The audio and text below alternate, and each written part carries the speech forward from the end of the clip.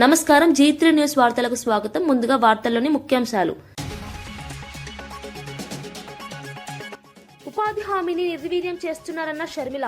125 రోజుల పని కేవలం మోసమేనన్న ఆరోపణ. వీబీ గ్రాంజీ చట్టంతో రాష్ట్రాలపై భారం. మన్రేగాను కాపాడాలని షర్మిల పిలుపు. గాంధీ భవన్ లో టీపీసీసీ అధ్యక్షుల కీలక ప్రకటన. ఎన్నికల హామీల అమలుపై కాంగ్రెస్ కట్టుబాటు. ప్రతిపక్షాల తప్పుడు ప్రచారాలపై విమర్శ. మున్సిపల్ ఎన్నికల్లో కాంగ్రెస్ విజయమే లక్ష్యమన్న ప్రకటన. పరకలలో కాంగ్రెస్ హామీలపై ఆర్ఎస్ ప్రవీణ్ ఫైర్. 6 గ్యారంటీలు మోసమేనన్న బీఆర్ఎస్ ఆరోపణ. మున్సిపల్ ఎన్నికల్లో కాంగ్రెస్ కు గుణపాఠం తప్పదన్న వ్యాఖ్య. స్థానిక అభివృద్ధిలో బీఆర్ఎస్ కే అనుభవం అన్న ప్రవీణ్. ఆస్తి వివాదంతో న్యాయవాది స్వప్న హత్య. సొంత అన్న చేతిలో మహిళా న్యాయవాది హత్య. మోయినాబాద్ ఘటనతో రాష్ట్ర వ్యాప్తంగా కలకలం. కుటుంబ వివాదాల తీవ్రతను చూపిన ఘాతుకం. పటాన్ చెరువులో హరీష్ రావు పర్యటన. మహిళల గోడు విన్న హరీష్ రావు కాంగ్రెస్ పై విమర్శలు. ధరల పెరుగుదలతో మహిళలపై భారం. బీఆర్ఎస్ సంక్షేమాన్ని గుర్తు చేసుకుంటున్న ప్రజలు. ప్రజా సమస్యలపై పోరాటం కొనసాగుతుందన్న హరీష్. తెలంగాణ భవన్లో బీఆర్ఎస్ వర్కింగ్ ప్రెసిడెంట్ మీడియాతో సమావేశమయ్యారు. రాష్ట్రంలో కొనసాగుతున్న రాజకీయ పరిణామాలపై ఆయన విస్తృతంగా స్పందించారు. కాంగ్రెస్ ప్రభుత్వం అధికారంలోకి వచ్చిన తర్వాత ఎన్నికల సమయంలో ఇచ్చిన హామీలను అమలు చేయడంలో పూర్తిగా విఫలమైందని విమర్శించారు. ప్రజలకు సంబంధించిన మౌలిక సమస్యలను పక్కన పెట్టి పార్టీ ఫిరాయింపులపైనే కాంగ్రెస్ దృష్టి కేంద్రీకరించిందన్నారు. మున్సిపల్ ఎన్నికలను దృష్టిలో పెట్టుకుని అధికార పార్టీ అక్రమాలకు పాల్పడుతోందని ఆరోపించారు. ప్రజలు ఇచ్చిన తీర్పును గౌరవించకుండా ప్రజాస్వామ్య విలువలను దెబ్బతీసే చర్యలకు కాంగ్రెస్ పాల్పడుతోందని మండిపడ్డారు. బీఆర్ఎస్ పార్టీ ప్రజల పక్షాన నిలబడి ప్రజా సమస్యలపై పోరాటం కొనసాగిస్తుందని స్పష్టం చేశారు. తెలంగాణ భవన్ లో జరిగిన ఈ మీడియా సమావేశం రాష్ట్ర రాజకీయాల్లో ప్రాధాన్యం సంతరించుకుంది. అయినప్పటికీ ఈ కేఎల్ఎస్ఆర్ ఇన్ఫ్రా అనే కంపెనీ ఏదైతే ఉందో దాని భాగోతం బయటపడి సుప్రీంకోర్టు నోటీసులు ఇచ్చింది కేంద్ర ప్రభుత్వానికి, రాష్ట్ర ప్రభుత్వానికి. వెంటనే మరి ఈ దివాలా తీసిన కంపెనీ ఏదైతే ఉందో 6,000 కోట్ల రూపాయల వర్కులు వీరికి దివాలా తీసిన సమయంలోనే స్పష్టంగా నేను చదువుతాను, మీరు వినండి. ఏం రాశారంటే, centre and Telangana get supreme court notice for KLSR Infratechs insolvency fraud. The company allegedly secured government tenders worth approximately rupees 6,000 crore during the insolvency period without the authorization of interim resolution professional. IP professional ఇది లేకుండా, అనుమతి లేకుండా 6,000 కోట్ల టెండర్లు తెచ్చుకున్నారు వీళ్ళు. మరి ఎక్కడికి వచ్చినాయి ఈ ప్రాజెక్టులను మాకు కూడా అనుమానం వచ్చింది. ఎక్కడొచ్చినాయి ఆ ప్రాజెక్టులు అంటే మొత్తం తెలంగాణ. ముఖ్యమంత్రి గారి బినామీ కంపెనీ ఎందుకన్నాను అది కూడా చెప్తాను. ఇగో ఎక్కడెక్కడ వచ్చినాయి మీకు వరుసగా చదువుతాను. ఏమేమి వచ్చినాయి కూడా మీకు చెప్తాను వరుసగా. ఇవన్నీ కూడా మీకు వివరంగా చెప్తాను. ఇవన్నీ కూడా ఆధారాలతో సహా మీ ముందు పెడతాను. ఇవాళ వాస్తవం ఏంటి అంటే, రేవంత్ రెడ్డి గారు చీఫ్ మినిస్టర్ కాదు, ఆయన బినామీ చీఫ్ మినిస్టర్ అని అందరికీ తెలుసు. ఎందుకంటే ఆయన వేరే వాళ్ళ కోసం ఇక్కడ ఆయన ఏదో అట్లా చూడడానికి అట్లా ఆయన ముంగటుంటాడు, కానీ వెనకాల ఆయన నడిపించే వాళ్ళు వేరే వాళ్ళు ఉన్నారు, అది అందరికీ తెలుసు. ఇవాళ ఆయన బినామీ చీఫ్ మినిస్టరే కాదు, బినామీ మాస్టర్ అని చెప్పి కూడా ప్రూవ్ చేసే భాగోతం ఇది. గత 2 ఏళ్లుగా పార్టీ ఫిరాయింపులను అడ్డుకోవాల్సిన అసెంబ్లీ స్పీకర్ గడ్డం ప్రసాద్ వాటికే తెరలేపారని బీఆర్ఎస్ తీవ్ర ఆరోపణలు చేస్తోంది. వికారాబాద్ మున్సిపల్ 15వ వార్డులో బీఆర్ఎస్ తరపున ఏకగ్రీవంగా ఎన్నికైన కౌన్సిలర్ విజయలక్ష్మిని కాంగ్రెస్ పార్టీలో చేర్చుకోవడంపై బీఆర్ఎస్ ఆగ్రహం వ్యక్తం చేసింది. ప్రజలు ఇచ్చిన తీర్పును గౌరవించకుండా అధికార పార్టీ నాయకులు ఫిరాయింపులను ప్రోత్సహిస్తున్నారని విమర్శించారు. స్పీకర్ తటస్థంగా వ్యవహరించాల్సిన సమయంలో అధికార పార్టీకి అనుకూలంగా వ్యవహరిస్తున్నారని ఆరోపించారు. ఇది ప్రజాస్వామ్యానికి తీరని ద్రోహమని బీఆర్ఎస్ నేతలు పేర్కొన్నారు. ఈ ఘటన రాష్ట్ర రాజకీయాల్లో తీవ్ర చర్చకు దారితీసింది. రాబోయే రోజుల్లో ప్రజలే దీనికి తగిన సమాధానం ఇస్తారని బీఆర్ఎస్ ధీమా వ్యక్తం చేసింది. మనస్ఫూర్తిగా ఆహ్వానించినందుకు, నన్ను సమర్థించినందుకు వారికి ప్రత్యేక ధన్యవాదాలు తెలుపుకుంటూ, పెద్దలు గౌరవనీయులు ప్రసాదన్న గారి నాయకత్వంలో పనిచేయడానికి సిద్ధంగా ముందుకొచ్చాం. అమెరికాతో కీలకమైన సున్నితమైన రంగాలను కాపాడుకునేలా వాణిజ్య ఒప్పందం కుదిరినట్లు కేంద్ర వాణిజ్య శాఖ మంత్రి పీయూష్ గోయల్ వెల్లడించారు. అమెరికాతో కుదిరిన వాణిజ్య ఒప్పందంపై లోక్సభలో ఆయన అధికారిక ప్రకటన చేశారు. ఈ ఒప్పందంలో భారత వ్యవసాయం, పాడి పరిశ్రమ వంటి ముఖ్య రంగాలకు ఎలాంటి నష్టం కలగకుండా కేంద్ర ప్రభుత్వం ప్రత్యేక జాగ్రత్తలు తీసుకుందని తెలిపారు. అగ్రరాజ్యంతో జరిగిన చర్చల్లో భారత ప్రయోజనాలను కాపాడగలిగామని చెప్పారు. రైతులు, పాడి పరిశ్రమపై ఆధారపడిన కోట్లాది కుటుంబాల భవిష్యత్తును దృష్టిలో పెట్టుకుని ఈ ఒప్పందం రూపొందించామని స్పష్టం చేశారు. భారత్ వాణిజ్యపరంగా మరింత బలంగా ఎదగడానికి ఈ ఒప్పందం ఉపయోగపడుతుందని కేంద్ర ప్రభుత్వం అభిప్రాయపడుతోంది. ఈ ప్రకటన దేశవ్యాప్తంగా రాజకీయ, ఆర్థిక వర్గాల్లో చర్చనీయాంశంగా మారింది. राष्ट्रपति ट्रंप ने अमेरिका को किए जाने वाले भारतीय निर्यात की दर घटाकर 18% करने की घोषणा की। यह अमेरिका द्वारा कई प्रतिस्पर्धी देशों पर लगाए गए टैरिफ से कम है, जिससे अमेरिकी बाजार में भारत की निर्यात प्रतिस्पर्धात्मकता में वृद्धि होगी। यह समझौता भारतीय निर्यातकों को विशेष रूप से श्रम प्रधान क्षेत्रों और विनिर्माण में महत्वपूर्ण तुलनात्मक लाभ भी प्रदान करता है कि खाद्य और कृषि क्षेत्र में भारत की प्रमुख संवेदनशीलता का पूर्णतः ध्यान रखा गया है। यह साझेदारी लघु और मध्यम उद्यमी, MSMEs, उद्यमियों, कुशल श्रमिकों और उद्योग के लिए नए अवसर खोलेगी कि 140 करोड़ भारतीयों की ऊर्जा आवश्यकताओं की सुरक्षा सुनिश्चित करना सरकार की सर्वोत्तम प्राथमिकता है। वस्तुनिष्ठ बाजार स्थितियों और बदलते अंतर्राष्ट्रीय परिदृश्यों के अनुरूप ऊर्जा स्रोतों में विविधता लाना हमारी इस कार्यनीति का मूल आधार है। भारत की सभी कार्रवाइयां इसी बात को ध्यान में रखकर జగిత్యాల ఎమ్మెల్యే సంజయ్ పార్టీ మారిన ఫిర్యాదును స్పీకర్ డిస్మిస్ చేయడంపై మాజీ మంత్రి ఎమ్మెల్యే జగదీష్ రెడ్డి తీవ్రంగా స్పందించారు. అసెంబ్లీ స్పీకర్ న్యాయబద్దంగా ప్రవర్తించడం లేదని ఆరోపించారు. బహిరంగంగా పార్టీ మారి కాంగ్రెస్ సమావేశాల్లో పాల్గొంటున్నా స్పీకర్ కు అవి కనపడకపోవడం దురదృష్టకరమని అన్నారు. పార్టీ ఫిరాయించిన ఎమ్మెల్యేలు కాంగ్రెస్ కండువాలు కప్పుకునే దృశ్యాలు స్పష్టంగా ఉన్నా చర్యలు తీసుకోకపోవడం ఏకపక్ష నిర్ణయమని విమర్శించారు. స్పీకర్ తీసుకున్న నిర్ణయాన్ని ప్రజలు గమనిస్తున్నారని చెప్పారు. చట్టపరంగా ఈ నిర్ణయం నిలవదని, కోర్టులో న్యాయం జరుగుతుందని జగదీష్ రెడ్డి స్పష్టం చేశారు. ఎమ్మెల్యేలుగానే తిరుగుతున్నారట, కేసీఆర్ శిష్యులు తిరుగుతున్నారట. మరి నిన్నివాళ గత వారం రోజులుగా ప్రతిరోజు మీడియాలో వస్తుంది, కనబడుతుంది. గద్వాల ఎమ్మెల్యే స్పష్టంగా కాంగ్రెస్ ర్యాలీలో పాల్గొని కాంగ్రెస్ అభ్యర్థులకు గెలిపించుకోవాలి మనం అని చెప్పారు.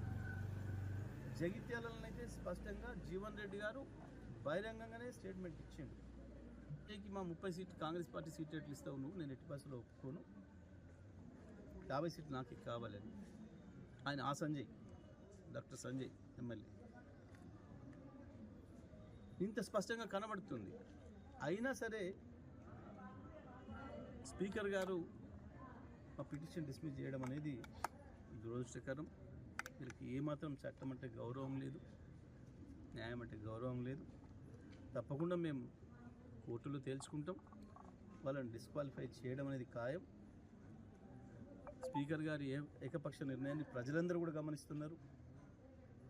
ఏమాత్రం ఆయన ఒక స్పీకర్గా న్యాయబద్ధంగా ప్రవర్తిస్తలేరు అనేది స్పష్టంగా అర్థమవుతుంది. వీటన్నిటి ప్రభావం కూడా స్థానిక సంస్థల ఎన్నికలు కూడా పడుతుంది, మున్సిపల్ ఎన్నికలు కూడా పడుతుంది. ప్రజలు సరైన బుద్ధి చెప్తారు. కోర్టు ద్వారానైనా మేము వాళ్ళని డిస్క్వాలిఫై చేయిస్తాం, వాళ్ళని ఓడగొట్టి తీస్తాం. వృద్ధ మహిళలను లక్ష్యంగా చేసుకుని గొలుసు దొంగతనాలకు పాల్పడుతున్న నిందితుడిని పోలీసులు అరెస్ట్ చేశారు. హైదరాబాద్ జీహెచ్ఎల్ పరిధిలోని ఓల్డ్ ఎంసీజీఐ కాలనీలో గత నెల 31న నడుచుకుంటూ వెళ్తున్న వృద్ధురాలి మెడలోని బంగారు గొలుసును రాజేశన్ నిందితుడు తెంచుకుని పరారయ్యాడు.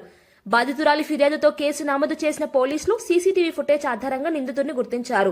ప్రత్యేక బృందం ఏర్పాటు చేసి నిందితుడిని అదుపులోకి తీసుకున్నారు. విచారణలో అతడు మరికొన్ని గొలుసు దొంగతనాలకు పాల్పడినట్లు ఒప్పుకున్నట్లు పోలీసులు తెలిపారు. ప్రజలు అప్రమత్తంగా ఉండాలని, అనుమానాస్పద వ్యక్తులపై వెంటనే పోలీసులకు సమాచారం ఇవ్వాలని సూచించారు. టీమ్స్ అలాగే సిసిఎస్ టీమ్స్ ఎవరైతే ఉన్నారో శనివారం మధ్యాహ్నం నాడు ఒక కంప్లైంట్ రావడం జరిగింది. ఒక లేడీ MIG లో ఉన్న రామాలయం నుంచి ఒక లేడీ ముసలామె 73 ఏళ్ల ఆమె నడుచుకుంటా పోతా ఉంటే స్నాచింగ్ జరిగిందని చెప్పేసి కంప్లైంట్ వచ్చింది. దాని మీద ఇమీడియట్ గా అక్కడ పోవడం జరిగింది. ఈ లోపల ఇంకో కంప్లైంట్ దాని మీద ఇంకొక లేడీ కూడా ఇమీడియట్ గా ఒక 73 ఏళ్ల ఆమె కూడా ఇంకొక లేడీ ఆమె కూడా రామాలయం నుంచి వస్తా ఉంటే ఆమె దగ్గర నుంచి కూడా ఒక గొలుసు లాక్కోవడం జరిగింది కంప్లైంట్ ఇచ్చింది. అంటే ఒకటే రోజు ఒక 3 నిమిషాల గ్యాప్ లో 2 కంప్లైంట్లు రావడం జరిగింది. అంటే ఈ లేడీస్ ఎవరైతే బయట మధ్యాహ్నం కూడా ఒంటరిగా గుళ్ళకి పోయినా కానీ ఇంకెక్కడ పోయినా కానీ వాళ్ళతో పాటు పక్కన ఎవరైనా సహాయకంగా ఎవరైనా పెట్టుకుంటే బాగుంటుందని చెప్పేసి మీ ద్వారా తెలియజేస్తా ఉన్నాను. రంగారెడ్డి జిల్లా మోయినాబాద్ మండలం కేతిరెడ్డిపల్లిలో చోటు చేసుకున్న హత్య రాష్ట్ర వ్యాప్తంగా కలకలం రేపింది. చేవెళ్లు కోర్టులో న్యాయవాదిగా ప్రాక్టీస్ చేస్తున్న స్వప్న ఆస్తి వివాదాల కారణంగా దారుణ హత్యకు గురయ్యారు. ఈ ఘటనలో సొంత అన్నే ఈ హత్యకు పాల్పడ్డాడని పోలీసులు నిర్ధారించారు.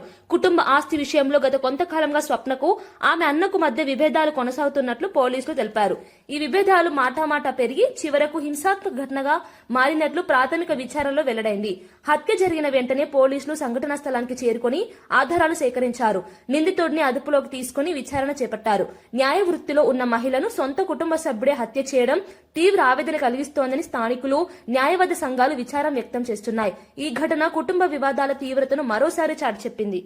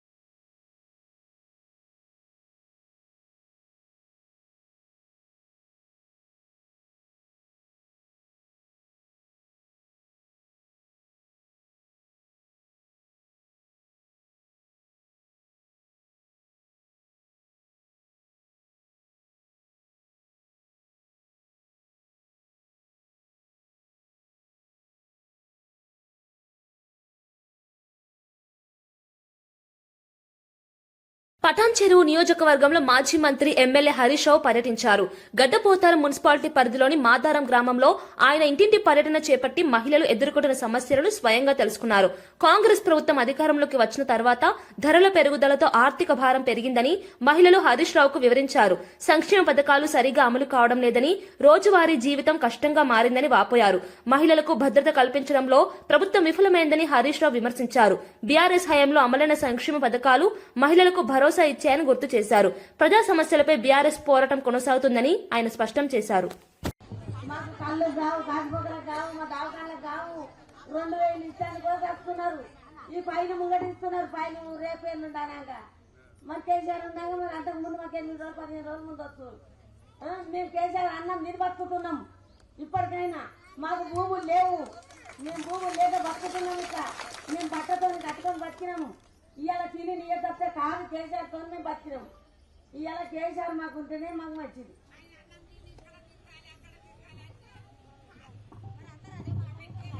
తినేదేమో మేము ఆయనది తిని మళ్ళీ ఇక్కడ అక్కడ తిరిగి వేయాలి అంటుందంటే మా నుంచి కాదు. మేము దక్షిణ సరే మేము అదే ఓడుకుంటాం. మేము దక్షిణ సరే రాదు. 950 రూపాయలు పెట్టి గ్యాస్ వేసుకుంటున్నాం.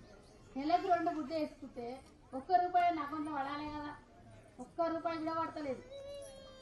ముందు 550 ఉండే గ్యాస్కు, ఇప్పుడు 950 రూపాయలు చేసినాం. మాకు చేసినా మాకేం ప్రయోజనం ఉంది? ₹1 రాంది. 5 మళ్ళీ తిరిగి బస్ అన్నాడు. ఏ బస్ అప్పుడు మేము పోతే ఏడాది ఒక్క దగ్గరనే అర్థం మా ఊరా. వాళ్ళకి ఒకటే బస్సు తిరుగుతుంది మా ఊరు. మేము టైంకి ఏం పోలేము. ఇక ఆటలో లేవు, బస్సు లేవు. మా బస్సు ఏంది మేము బుక్ చేసుకొని పోవాలి. 3-4 ఉపాధి హామీ పథకం అమలుపై వైఎస్ షర్మిల తీవ్ర విమర్శలు చేశారు. దివంగత ముఖ్యమంత్రి వైఎస్ రాజశేఖర రెడ్డి హయాంలో పేదల ఆకలి తీర్చేందుకు కరువు పనిగా ఈ పథకం ప్రారంభమైందని గుర్తు చేశారు. కాంగ్రెస్ పాలనలో ఈ పథకం సమర్థవంతంగా అమలైతే ప్రధాని మోదీ అధికారంలోకి వచ్చిన తర్వాత దీన్ని నిర్వీర్యం చేస్తున్నారని ఆరోపించారు. కొత్తగా తీసుకొచ్చిన వీబీ గ్రామ్జీ చట్టం వల్ల రాష్ట్రాలపై 40% ఆర్థిక భారం పడుతుందని తెలిపారు. ఇప్పటికీ ఆర్థిక ఇబ్బందుల్లో ఉన్న రాష్ట్రాలు ఈ భారం ఎలా మోయగలవని ప్రశ్నించారు. 125 రోజుల పని అన్నది కేవలం మోసమేనని అన్నారు. గత 5 ఏళ్లలో లక్షలాది జాబ్ కార్డులు తొలగించడాన్ని దారుణమని విమర్శించారు. మన్రేగాను కాపాడుకోవడానికి కాంగ్రెస్ చేపట్టిన పోరాటంలో ప్రజలు భాగస్వాములు కావాలని పిలుపునిచ్చారు. కనీసం మంచినీళ్లు కూడా ఇయ్యారంటున్నారు. రాజశేఖర రెడ్డి గారు ముఖ్యమంత్రిగా ఉండంగా ఆటో ఛార్జీలు ఇచ్చారు, మజ్జిగ ఇచ్చారు, మంచినీళ్ళు ఇచ్చారు. ఇంకా ఆడోళ్ళకి లేకపోతే ఎవరికైనా అస్వస్థత చేస్తే అక్కడ ఒక టెంట్ వేసి ఒక చిన్న మెడికల్ క్యాంప్ లాగా పెట్టి వాళ్ళకి ఆరోగ్యానికి కూడా చూశారు. చిన్న పిల్లలుంటే చూసుకోవడానికి ఒక మనిషిని పెట్టారు. ఇంత అద్భుతంగా ఉపాధి హామీ చేస్తే ఈ రోజు ఎలా తయారైంది? ఇది అంతా లంచాలు, ఎక్కడ చూసినా కూడా అన్యాయమే. జాబ్ కార్డులు తొలగించేస్తున్నారు. ఒకటే సంవత్సరంలో ఇటీవల కాలంలో 18.5 లక్షల జాబ్ కార్డులు తీసేశారు. ఒకప్పుడు రాజశేఖర రెడ్డి గారు ఉన్నప్పుడు 1,10,00,000 జాబ్ కార్డులు ఉన్నాయి. ఇప్పుడు ఎన్నున్నాయో తెలుసా? 65 లక్షల జాబ్ కార్డులే ఉన్నాయి. అంటే క్రమంగా తీసేస్తున్నారన్నమాట. అంటే క్రమంగా ఉపాధి హామీని చంపేయాలి అని చూస్తున్నారు. ఇటీవల కాలంలోనే 18.5 లక్షల జాబ్ కార్డులను తొలగించేశారు. ఇప్పుడు డిలీషన్ అయినాయి అని మొత్తుకుంటున్నారు అంటున్నారే, అందుకే. ఎందుకంటే జాబ్ కార్డులు ఎక్కువ ఉంటే పని ఎక్కువ ఇవ్వాలి, పని ఎక్కువ చేస్తే వాళ్ళకు వేతనాలు ఎక్కువ ఇవ్వాలి. ఆ ఖర్చు మిగిలించుకోవడానికే ఈ ప్రయత్నం అంతా. అందుకే కాంగ్రెస్ పార్టీ ఒక ఉద్యమం చేపట్టింది, ఉపాధి హామీ పథకాన్ని పరిరక్షించుకోవాలి అని. మీ పక్షాన కాంగ్రెస్ పార్టీ కూడా పోరాటం చేస్తుంది. కానీ మీరు కూడా చైతన్యం అవ్వాలి, మీరు కూడా చైతన్యవంతులుగా మారి మీరు కూడా అర్థం చేసుకోవాలి బీజేపీ పార్టీ చేస్తున్న కుట్రలేమిటి.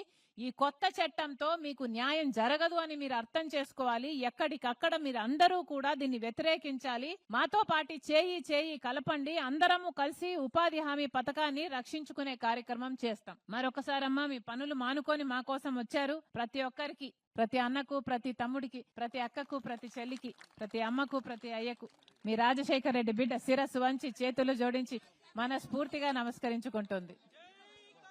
సంగారెడ్డి జిల్లా ఆర్సీపురంలో హనుమాన్ ఆలయం సమీపంలో ఉద్రిక్త పరిస్థితులు నెలకొన్నాయి. ఆలయ పరిసరాల్లో జరుగుతున్న భవన నిర్మాణ పనులను వెంటనే నిలిపివేయాలని డిమాండ్ చేస్తూ స్థానికులు, బీజేపీ నాయకులు ఆందోళనకు దిగారు. ఆలయ అభివృద్ధి పనులను పరిశీలించేందుకు వెళ్తున్న మేయర్తో ఆందోళనకారుల మధ్య వాగ్వాదం చోటు చేసుకుంది. పరిస్థితి ఉద్రిక్తంగా మారడంతో పోలీసులు జోక్యం చేసుకున్నారు. ఈ క్రమంలో పోలీసులు, బీజేపీ నాయకుల మధ్య తోపులాట జరిగింది. ఆలయ పరిసరాల్లో నిర్మాణాలు మతపరమైన భావోద్వేగాలకు దారితీస్తున్నాయని ఆందోళనకారులు ఆరోపిస్తున్నారు. మరోవైపు చట్టబద్దంగానే నిర్మాణ పనులు జరుగుతున్నాయని అధికారులు వివరణ ఇచ్చారు. ఉద్రిక్తత నేపథ్యంలో పోలీసులు భారీ బందోబస్తు ఏర్పాటు చేశారు.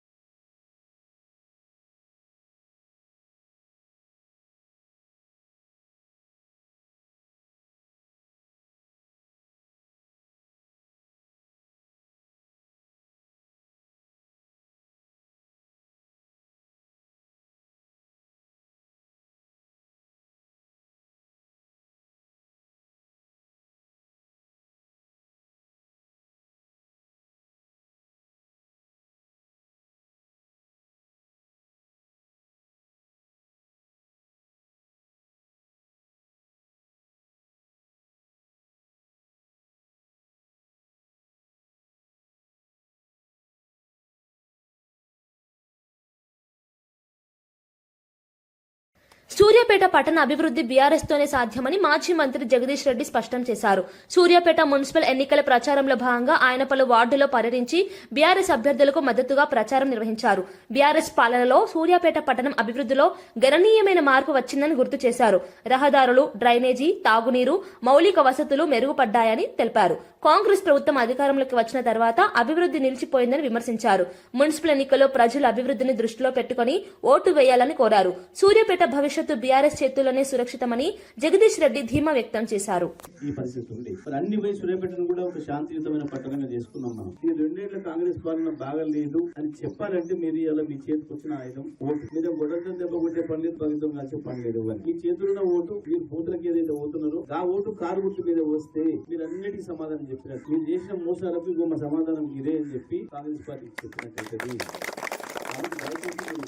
అందరూ కూడా కారు గుర్తు మీద ఓటేసి మన ఇద్దరు గాంధీ భవన్ లో టీపీసీసీ అధ్యక్షులు మహేష్ కుమార్ గౌడ్ మీడియా సమావేశం నిర్వహించారు. ఈ సందర్భంగా రాష్ట్రంలో కాంగ్రెస్ ప్రభుత్వం చేపడుతున్న కార్యక్రమాలపై ఆయన వివరించారు. ఎన్నికల సమయంలో ప్రజలకు ఇచ్చిన హామీల అమలుపై కాంగ్రెస్ ప్రభుత్వం పూర్తి కట్టుబాటుతో ముందుకు వెళ్తుందని స్పష్టం చేశారు. ప్రతిపక్ష పార్టీలు కావాలనే తప్పుడు ప్రచారం చేస్తూ ప్రజలను తప్పుదోవ పట్టించేందుకు ప్రయత్నిస్తున్నాయని విమర్శించారు. పాలనలో పారదర్శకత, సంక్షేమం, అభివృద్ధి తమ లక్ష్యమని తెలిపారు. మున్సిపల్ ఎన్నికల్లో కాంగ్రెస్ అభ్యర్థులు గెలిపే లక్ష్యంగా పార్టీ శ్రేణులు పనిచేస్తున్నాయని చెప్పారు. ప్రజలకు ఇచ్చిన మాట నిలబెట్టుకోవడం కాంగ్రెస్ బాధ్యత అని, ఆ దిశగా ప్రభుత్వం నిరంతరం పనిచేస్తుందన్నారు. రాబోయే రోజుల్లో మరిన్ని ప్రజా సంక్షేమ నిర్ణయాలు తీసుకుంటామని తెలిపారు. ఈ ప్రెస్ మీట్ రాష్ట్ర రాజకీయాల్లో ప్రాధాన్యం సంతరించుకుంది. 2014లో కేంద్ర అధికారంలో వచ్చిన నాటి నుండి నరేంద్ర మోడీ ప్రభుత్వం తెలంగాణకు అన్ని రంగాల్లో అన్యాయం చేస్తూ ఉంది. కేంద్ర ప్రభుత్వం రాష్ట్ర విభజన చట్ట ప్రకారం తెలంగాణకు న్యాయంగా రావాల్సిన పథకాలు, నిధులు, ప్రాజెక్టులు ఇంతవరకు మంజూరు చేయట్లేదు. బయ్యారం స్టీల్ ప్లాంట్, నీటి ప్రాజెక్టులకు జాతీయ హోదా, నవోదయ పాఠశాలలు పలు అంశాల్లో తీరని అన్యాయం చేస్తూనే ఉన్నది. తెలంగాణ మిగతా రాష్ట్రాలకు భిన్నంగా ఇక్కడ కాంగ్రెస్ ప్రభుత్వం, కాంగ్రెస్ ముఖ్యమంత్రి రేవంత్ రెడ్డి గారి నేతృత్వంలో తెలంగాణ రైజింగ్ 2047 లక్ష్యంగా రాష్ట్ర ప్రణాళికలు రూపొందిస్తూ దేశ అంతర్జాతీయ సంస్థల నుండి పెట్టుబడులు ఆకర్షిస్తుంటే కేంద్రం మాత్రం రాష్ట్రంలో పరిశ్రమల ఏర్పాటుకు సహకరించడం లేదు. అడుగడుగున అడ్డంకులు సృష్టిస్తూ ఉంది.